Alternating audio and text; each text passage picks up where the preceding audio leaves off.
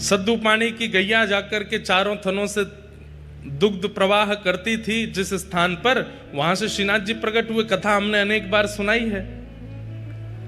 लेकिन उससे पूर्व श्री गिरिराज जी की तलहटी में माधवेंद्रपुरी बाबा भजन करते थे।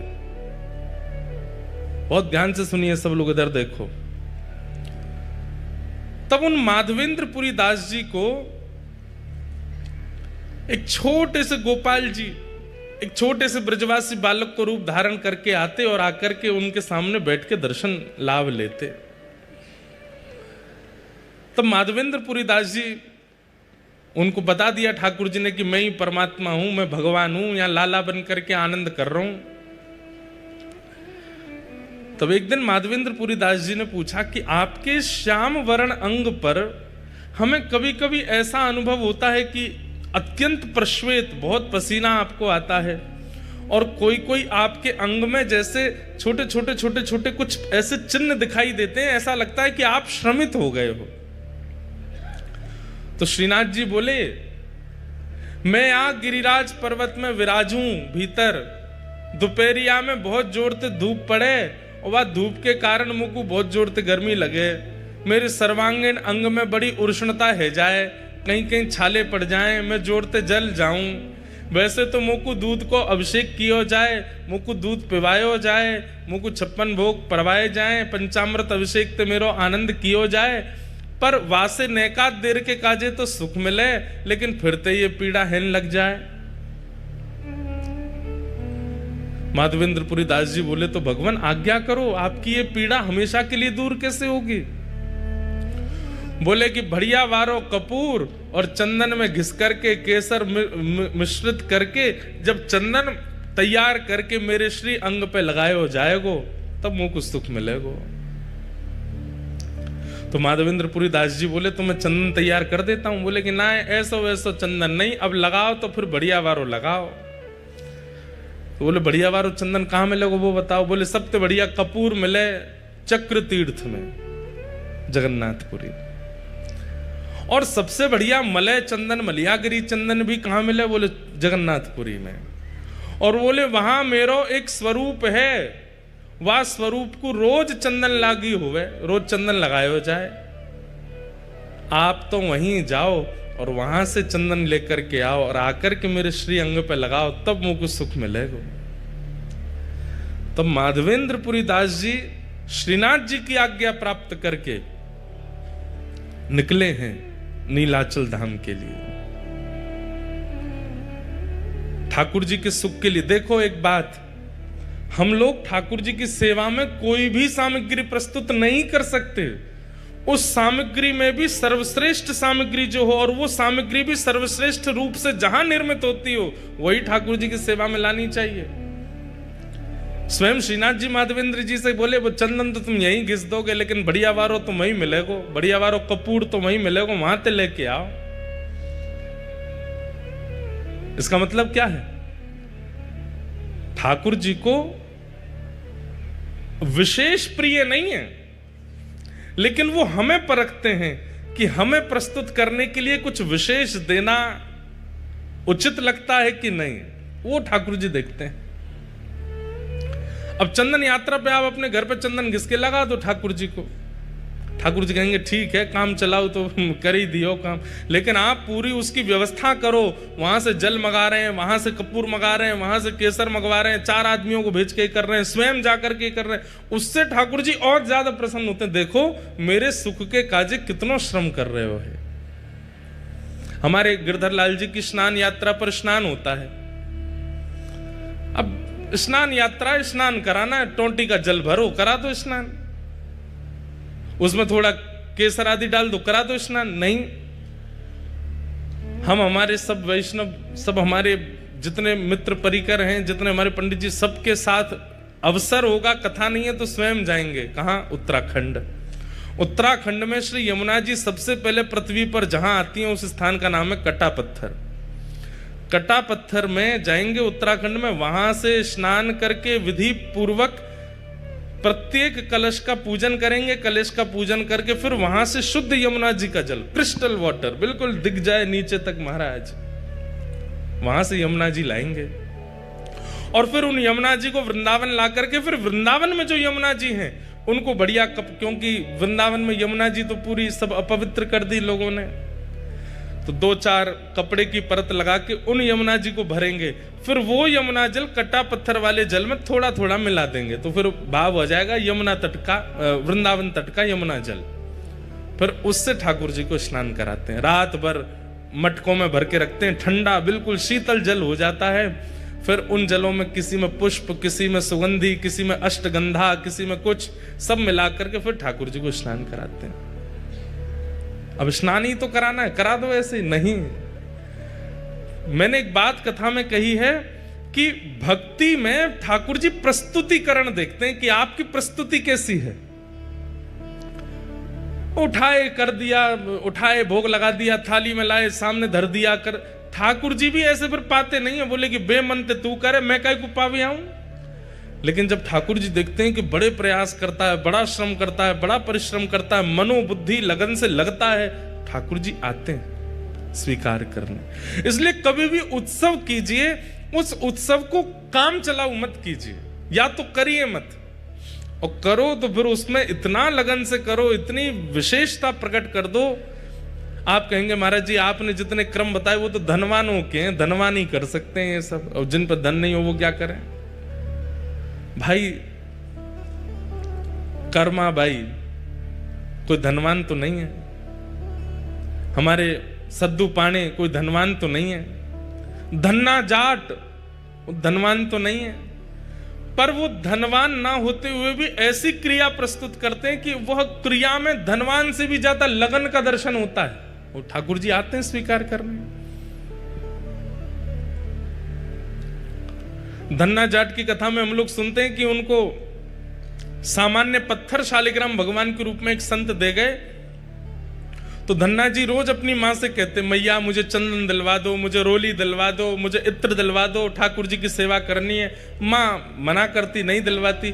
तो फिर धन्ना जी ने क्या किया, बाहर गए और रोली जैसे दिखने वाले पत्थर लेकर के आए, उनको बढ़िया घिसते हैं, और घिसते घिसते लाल रोली बन जाती है। फिर ठाकुर जी के सामने जाके भावना कर देते हैं, ठाकुर जी मुझ पर धन तो इतना नहीं है कि मैं रोली लाऊं, चंदन लाऊं, इसलिए ये रोली जैसा ही रंग है इसका, आप इसको स्वीकार करो। और प्रेम से लेकर के जब पधराते, ठाकुर जी प्रसन्न होते हैं उनके भाव से।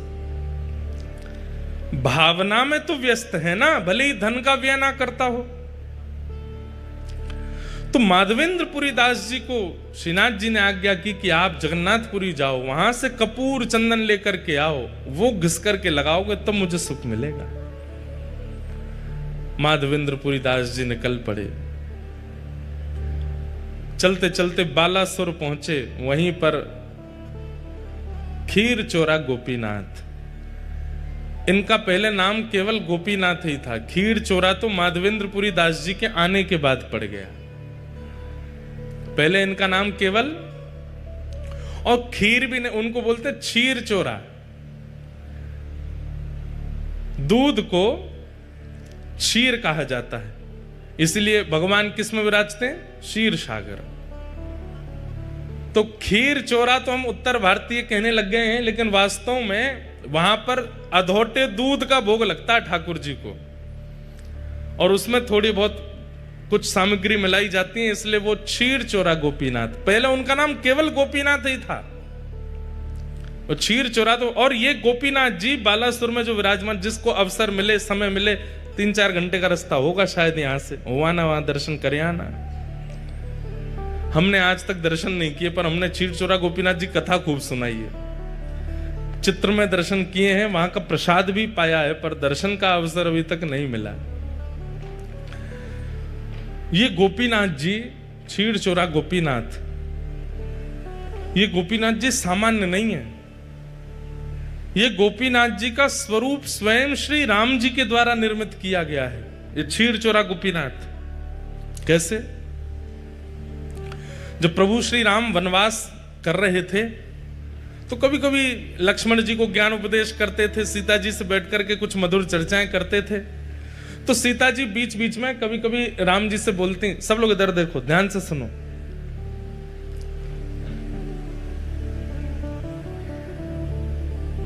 राम जी से कहती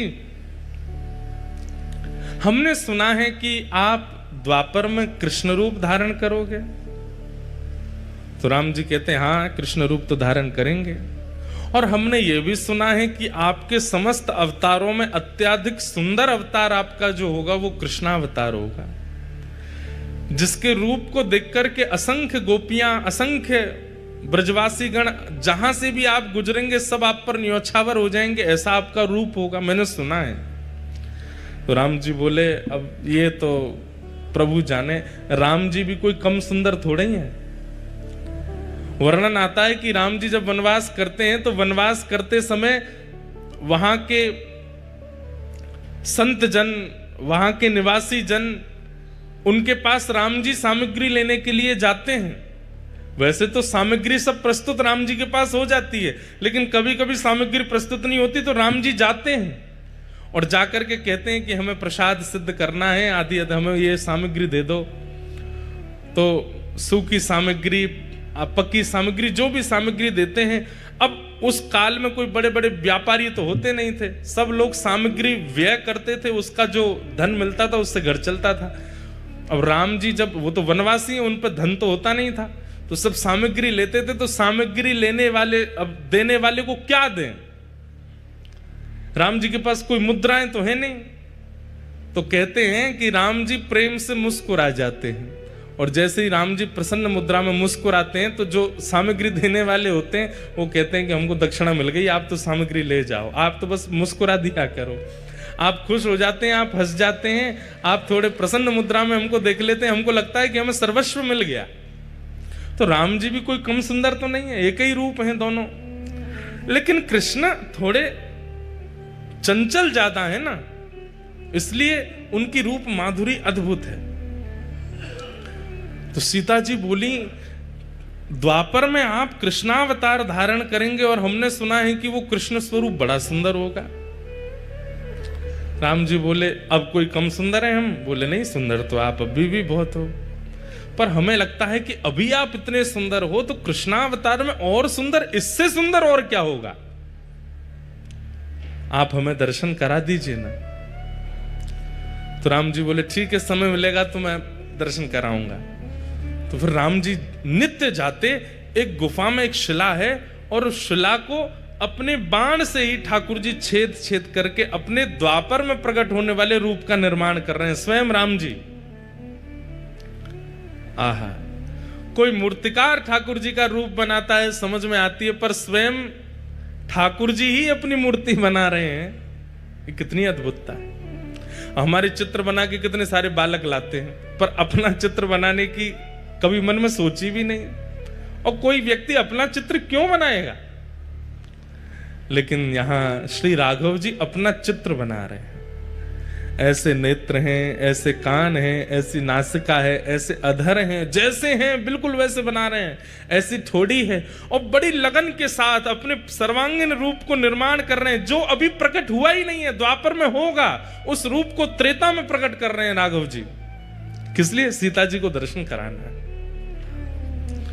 और नित्य शाम तक निर्माण करते और फिर घास फूस से ढक करके राम जी चले जाते। सीता जी प्रश्न करके खुद ही भूल गई कि उन्होंने दर्शन की अभिलाषा की है, और वो ये सोचने लगी कि राम जी दोपहर में गायब होते हैं, रात्रि में आते हैं, जाते कहां हैं, और ये पूरा दिन करते क्या हैं। एक दिन सीता जी के मन में आई कि मैं चुप के देखूंगी ये कहां जाते हैं।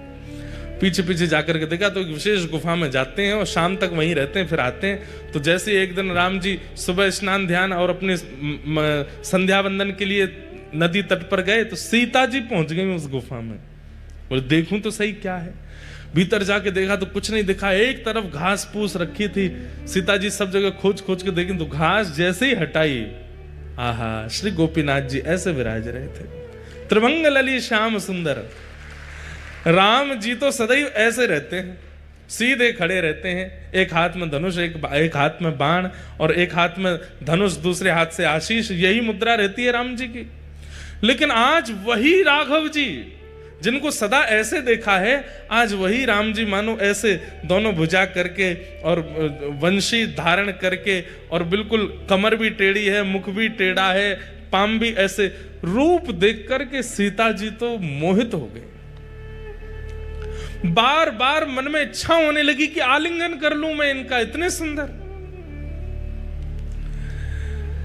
मन में ऐसी भावना आने लगी कि ये यहां पर घास फूस में ढके बैठे हैं, इन्होंने पता नहीं भोजन भी किया होगा कि नहीं, इन्होंने जल भी पान किया होगा कि नहीं। सीता जी तुरंत दौड़ करके गई, पत्तों के दोना बनाए और उन दोनों में कुछ फल अमनिया करके, एक पात्र में जल लेकर के, कुछ पुष्पों के हार बना करके और सुंदर सब सामग्री लेकर के आई। आकर के श्री गोपीनाथ जी को तिलक किया, सुंदर पत्रावली का श्रृंगार कर दिया, गले में माला पहना दी, सर्वांगीण अंग में चंदन अर्पित करने के बाद में भोग पधरा दिया और भोग पधराने के बाद में आरती कर दी। इतने में समय हो गया राम जी के आने का। राम जी जैसे ही आए, आकर के देखा कि यहां तो सीता जी नाच रही हैं मगन होकर के गोपीनाथ जी के आगे। राम जी बोले, देवी ये आपने क्या कर दिया? अरे ये देखो कितने सुंदर हैं, हमें तो आपने सारे तीर्थों में सब स्थान देवताओं के दर्शन कराए, इन देवता का दर्शन क्यों नहीं कराया हमको? ये बेचारे घास फूस में ढके रखे थे, हमने इनका भोग लगा दिया, माला पहना दी, चंदन पधरा दिया। राम जी बोले, देवी ये कोई स्थान देवता नहीं थे, तो आपने हमसे जिज्ञासा की थी कि द्वापर के रूप का दर्शन कराओ, तो मैं अपने हाथ से ही अपना रूप बनाना था, ये मेरे द्वापर का स्वरूप है। सीता जी बोली, ये आपके द्वापर का स्वरूप है? बोले जी यही श्री कृष्ण है। सीता जी तो भाव विह्वल हो गए, बोले कि आप वचन दीजिए। बोले क्या? आप अकेले नहीं आएंगे द्वापर में, द्वापर में एक रूप से तो मैं लक्ष्मी ही आपकी परांबा जगदम्बा रुक्मणी बनकर के आऊंगी, पर इस रूप का आस्वादन करने के लिए आपको मुझे पूर्व में भी बुलाना पड़ेगा। उसमें मैं केवल आपको देखूंगी, आपका प्रेम स्वीकार करूंगी, आपको देखकर के नृत्य करूंगी, आपको देखकर बस मेरी एक ही क्रिया होगी, ना भोजन करना, ना जलपान करना, ना शयन करना, केवल आपको देखना। तब राम जी बोले, ठीक है, आप ही साक्षात किशोरी जी के रूप में प्रकट हो जाना, श्री राधा रानी बन करके आ जाना और मेरे रूप लावण्य का खूब सुख लेना। लेकिन देवी तुमने इनका तिलक क्यों कर दिया, इनको माला क्यों पहना दी, इनको? बोले क्यों? अभी ये पूरे बने नहीं है, अभी मुझे और निर्माण करना है,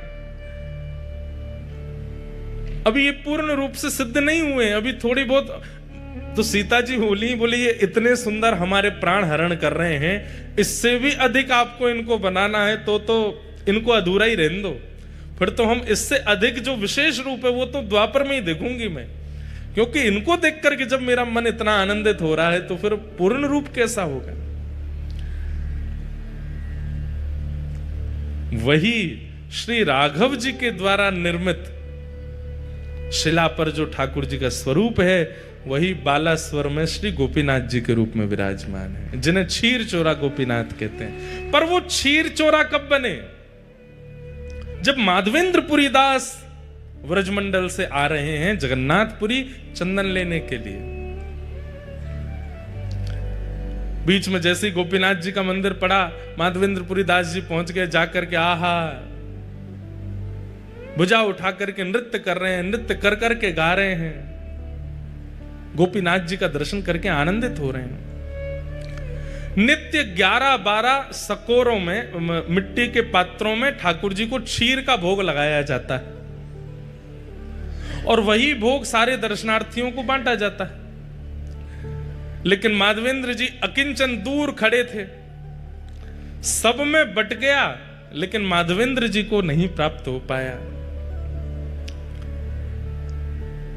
आप 3-4 दिन से भूखे प्यासे और थे और आपका एक स्वभाव और था।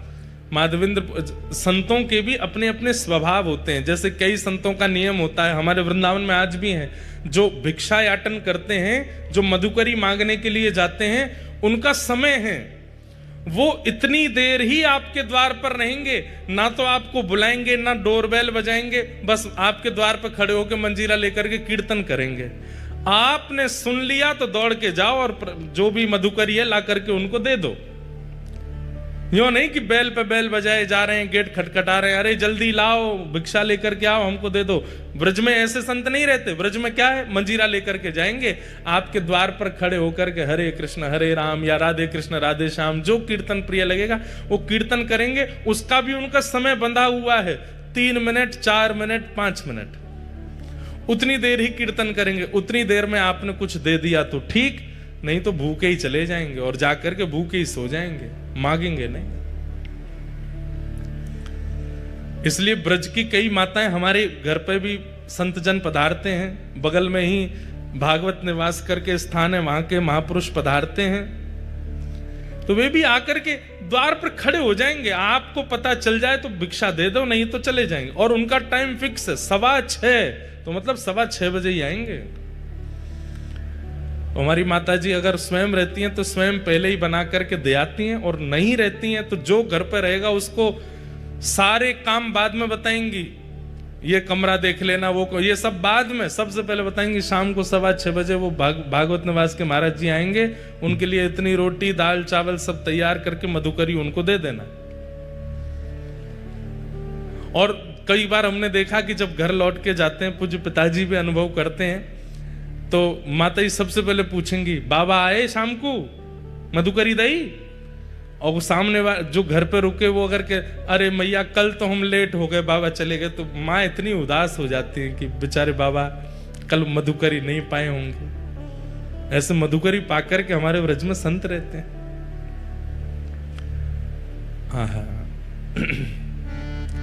श्री माधवेंद्रपुरी दास जी, उनका नियम है कि वो अयाचक हैं। भूख लगेगी प्यास लगेगी लेकिन मांगेंगे नहीं, कोई स्वयं दे जाए तो छोड़ेंगे नहीं तो पालेंगे। और वही माधवेंद्रपुरी दास जी भूखे तो थे लेकिन गोपीनाथ जी का दर्शन करके नृत्य कर रहे थे। पुजारी जी सबको बांट रहे थे, लेकिन माधवेंद्रपुरी दास जी पीछे खड़े, तब तक पहुंचे तो सारा भोग बट गया, उनको नहीं मिला। प्रणाम करके दंडवत करके नृत्य करते हुए दूर बाहर जाकर के एक वृक्ष के नीचे माधवेंद्रपुरी दास जी बैठ गए।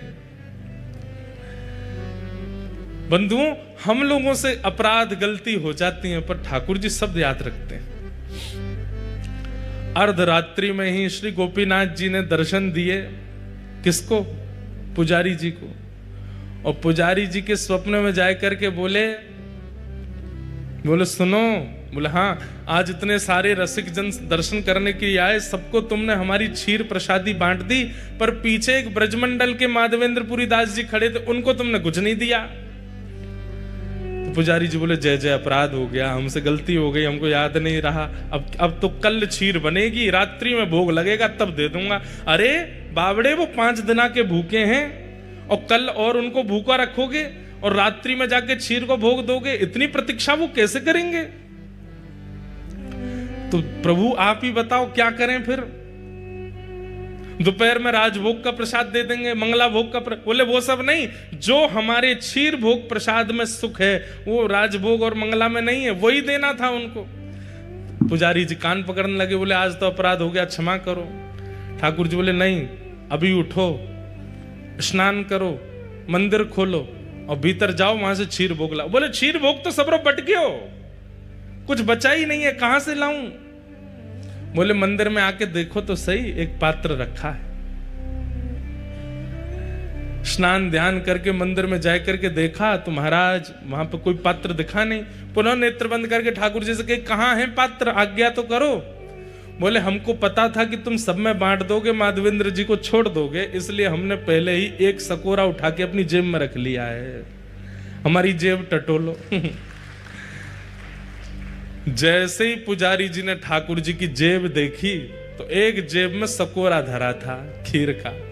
निकालते ही पुजारी जी के नेत्र सचल हो गए। बोले आप गोपीनाथ नहीं हो, आप चित चोरा गोपीनाथ नहीं हो, आप माखन चोरा गोपीनाथ नहीं हो, आप तो क्षीर चोरा गोपीनाथ हो। अपने भक्त को देने के लिए चोरी करते हो। ठाकुर जी बोले अब विलंब नहीं करो, मेरा पेट मेरे सामने भोग पधराने से नहीं भरता है। मेरे सामने पधराई हुई वस्तु जब मेरे भक्तों को पवाई जाती है तब मुझे शांति मिलती है, तब मुझे आनंद मिलता है। जब तक माधवेंद्र जी को प्रसाद नहीं मिलेगा मुझे नींद नहीं आएगी। जल्दी जाओ, पवा दो। पुजारी जी दौड़े गए, रात्रि के 2-3 बजे होंगे, तब घड़ी तो नहीं थी पर अर्धरात्रि हो रही थी, और माधवेंद्र जी नेत्रों से अश्रु प्रवाह एक वृक्ष के नीचे बैठे। पुजारी जी दौड़ करके गए और जाकर के कहा, माधवेंद्रपुरी दास आप ही हैं क्या? माधवेंद्र जी बोले, आपको हमारा नाम कैसे पता? बोले, भैया किसी का परिचय सेठ कराते हैं, किसी का परिचय नगरवासी कराते हैं, पर आपका परिचय तो स्वयं श्री गोपीनाथ जी ने दिया है, स्वयं ठाकुर जी ने आपका नाम बताया है। माधवेंद्र जी बोले, वो मेरा नाम जानते हैं? बोले, जी उन्होंने ही आपका नाम बताया। और आपको खीर भोग नहीं मिला था आज? बोले, नहीं मिल पाया था, आपने सब में बांट दिया, हम तक पहुंच ही नहीं पाए। बोले, लो ठाकुर जी ने आपके लिए खीर, और पूरी वृत्तांत बताया कि ठाकुर जी ने अपनी जेब में छुपा करके रखी आपको देने के लिए। आहा, माधवेंद्रपुरी दास जी तो वहीं नृत्य करने लगे, रुदन करने लगे, अश्रुपात होने लगा नेत्रों से। हाँ गोपीनाथ, प्राण गोपीनाथ, जीवन गोपीनाथ कहकर के रोने लगे। खीर भोग पाया। और ये कथा जब प्रातःकाल होती पूरे नगर में प्रसिद्ध हुई, नगर के बाद प्रांत में प्रसिद्ध हुई और पूरे भारत में प्रसिद्धि हो गई, और ठाकुर जी का नाम बदल गया, खीर चोरा गोपीनाथ। उससे पहले त्रेता से लेकर के द्वापर तक वे केवल गोपीनाथ थे, लेकिन माधवेंद्रपुरी दास जी के आते उनका नाम क्षीर चोरा गोपीनाथ पड़ गया। बोलो क्षीर चोरा गोपीनाथ की। आहा, ऐसे प्यारे हैं प्यारे ठाकुर जी। ब्रजवासिन के मधुकरी पाम। जब मधुकरी का भाव बता रहे थे तो ये भाव मन में आ रहा था, तो मन में आया कि शायद जगन्नाथ जी कह रहे हैं कि ये भाव गाओ। वृंदावन में 3 काम प्रधान हैं, आओ मेरे साथ गाओ। किशोरी जी से प्रार्थना करो।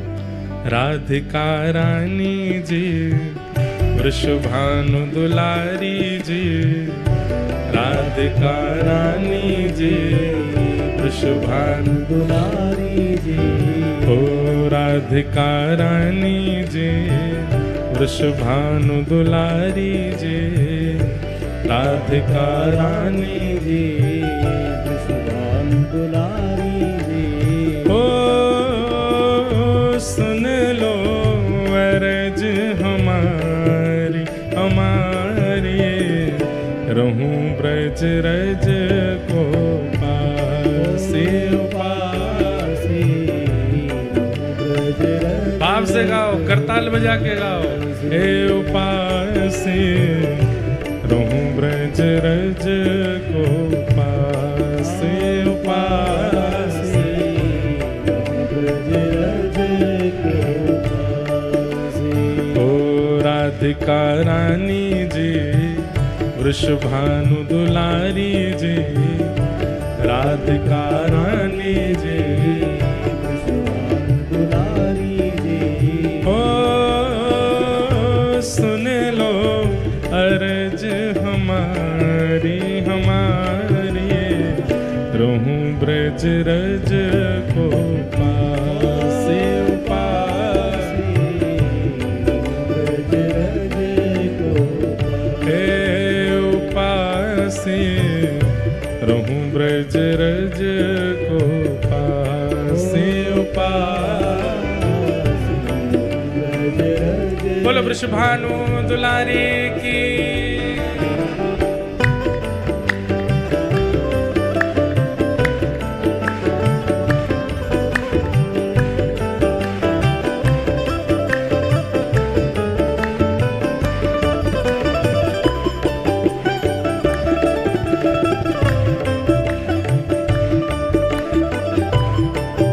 श्री जगन्नाथ महाप्रभु की।